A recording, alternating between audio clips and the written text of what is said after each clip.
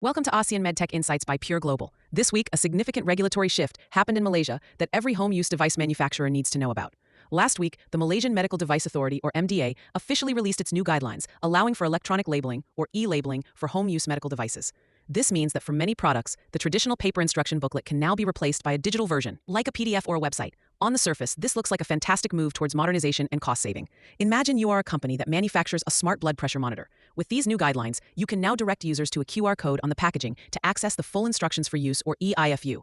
This reduces your printing costs and environmental footprint. It also allows you to update instructions instantly without having to recall products or print new materials. This change aligns Malaysia with a global trend and simplifies logistics for many global medtech companies looking to enter the ASEAN market.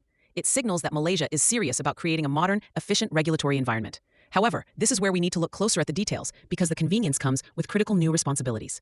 This isn't just about uploading a file online. The MDA requires manufacturers to conduct and document a thorough risk assessment for each device. This assessment must prove that users can access the e-IFU safely and effectively at any time.